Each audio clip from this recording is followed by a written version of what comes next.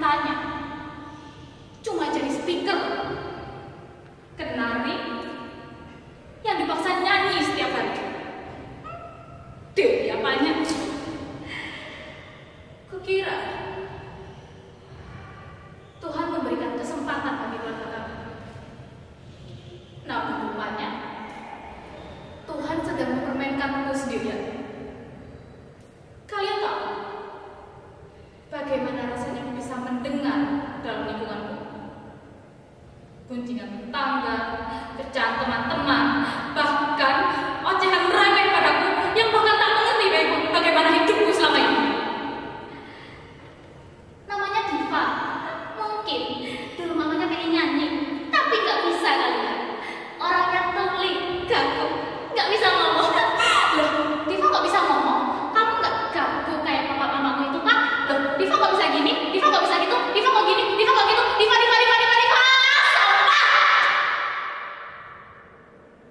Itu yang harus kudengar semasa sekolah. Gonggongan anak-anak yang merasa iri setiap kali aku menang lomba menyanyi di sekolah. Berlanjut begitu terus hingga aku beranjak dewasa. Mendengar,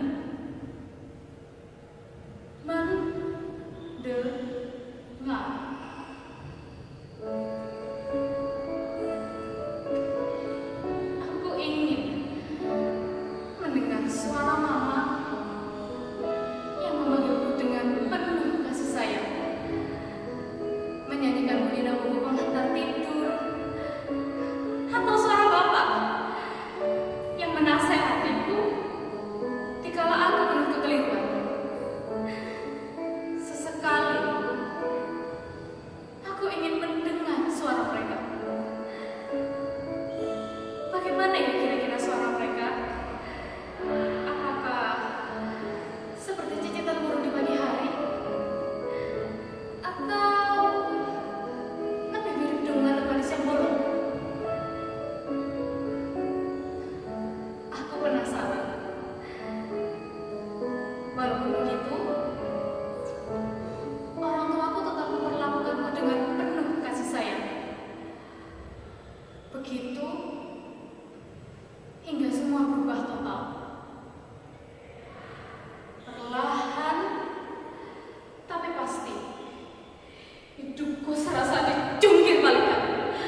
Tidak hanya kawan-kawan di SMA, guru BK, dan orang kurikulum juga ikut mencaci maki keluarga kami. PHK beruntun yang menimpa bapak karena pos-pos kantor yang tak sudi bekerja dengan orang tuli.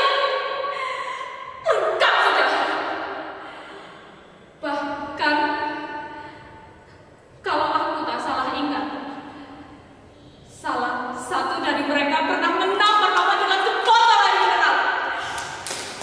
Kamu kira saya paham? Dasar orang gila, keluar dari kantor saya. Kalau besok saya lihat kamu di pintu kantor, akan saya suruh satpam buat menyeret kamu ke perempatan. Paham?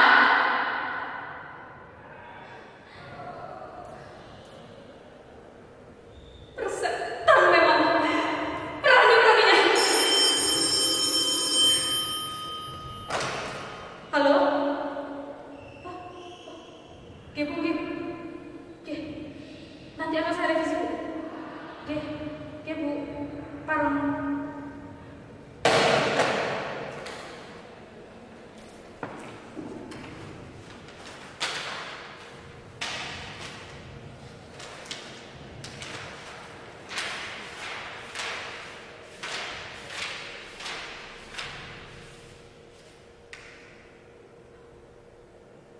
Sampai mana tadi?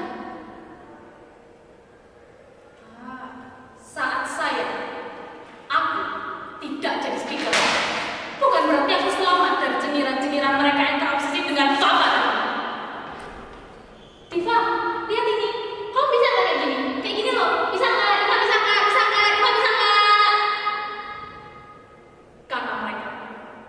Lalu tangan-tangan mereka bergerak-gerak macam tukang sulap ditutup dengan gerai tawa di hati. Biarin aja, kan yang punya tangan bapak. bukan kamu. Kamu nggak usah marah. Nah, pinjam tangan boleh nggak ya Pak?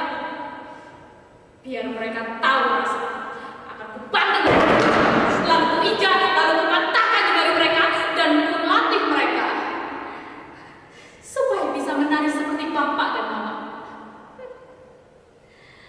Kira-kira bagaimana ya? Apakah mereka akan lari ke Bapak dan Mama mereka? Atau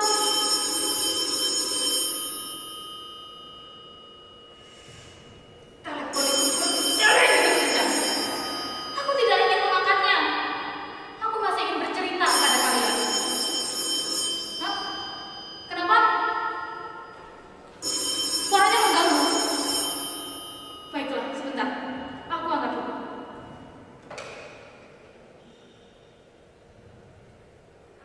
Clarissa, Clarissa. Dia masih saja membahas tentang Pak Reza. Dia juga anak berjalan. Sekarang, perangannya sudah mirip begitu saja. Kalau sudah begini, mau bilang gak berapa kali pun akan percuma. Kadang, aku merasa buang-buang waktu dengan seluruh kegiatanku di kampus. Ya, tapi seenggaknya aku bisa keluar dari lingkungannya itu aja. Begitu, sampai aku mulai.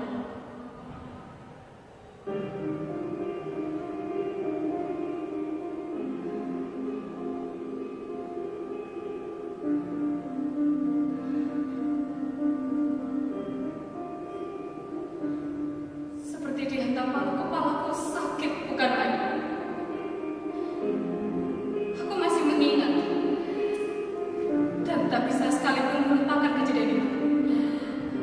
Saat Pak Reza membunuh jiwaku perlahan-lahan, aku sudah mengira sejak awal si tua licik itu pasti sengaja memberikan revisi yang begitu banyak sebagai yang lebih pelaku. Dia hanya ingin bersenang-senang. Iya, bersenang-senang seperti ini.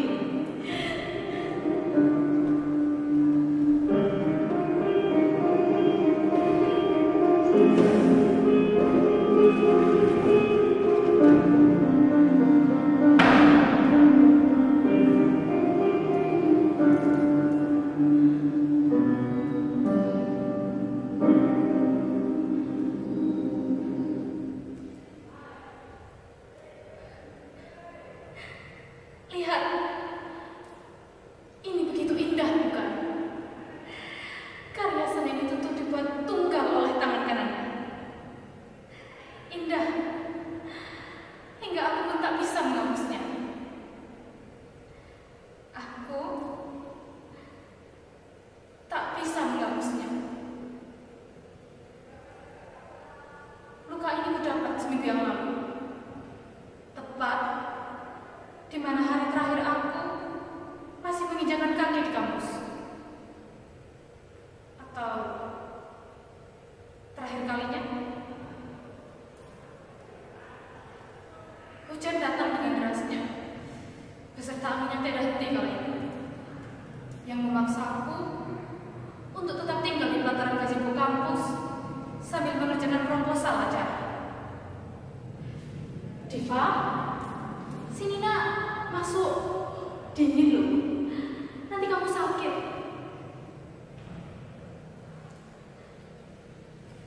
Tiada yang kupikirkan saat itu, kecuali hawa dingin yang sudah menguasai tubuhku, membiarkan kakiku ini masuk begitu saja ke ruang kamar dia. Begitu aku masuk, pintu ruangan pun ditutup. Awalnya aku kira agar angin tidak masuk. Aku letakkan tasku dan kembali menyelesaikan pekerjaan.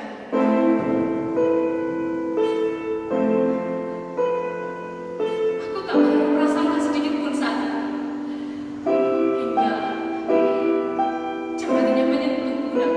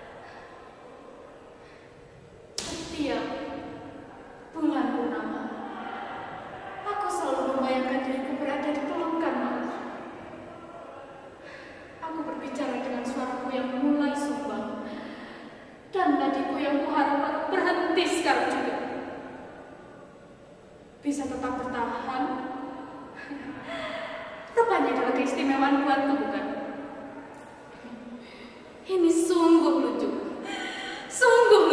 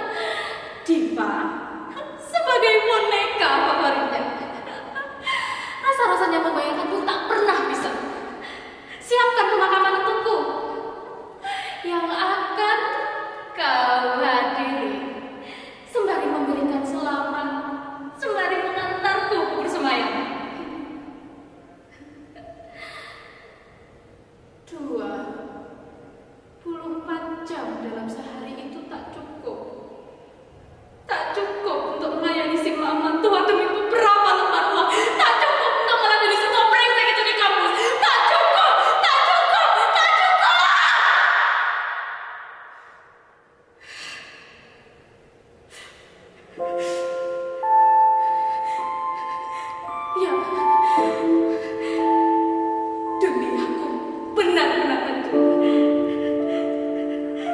Entah itu dimulai sejak kapan. Tepatnya aku sudah mulai lupa. Bahkan untuk sekedar mengingat terlalu perih, terlalu menyiksa. Tubuhku yang bergetar hebat setiap kali ingatan itu datang tanpa permisi. Hai mataku, ia sudah mulai kering. Kering. Kering. Kering. Mungkin darah pun akan segera mengalir karena darah benihnya telah habis terkuras bersih. Ingin rasa-rasanya ku ambil talinya.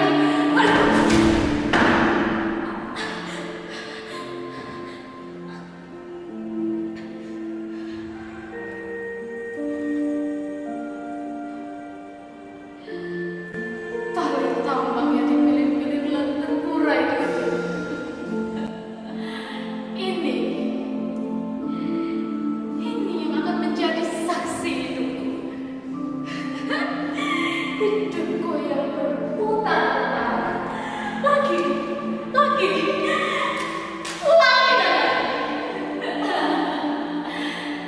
Kukira dunia cuma mampu perempuan dan lelaki-lah pemainnya. Mungkin inilah berat menjadi pelayan bagi dua pemain dunia dan ikut menderita sepanjang jalan cerita. Ini hidupku, panggungku, panggung yang layak ditaiki seorang diva, pesta pora kehidupanku, sebuah mahakarya yang kini sudah porak-poranda.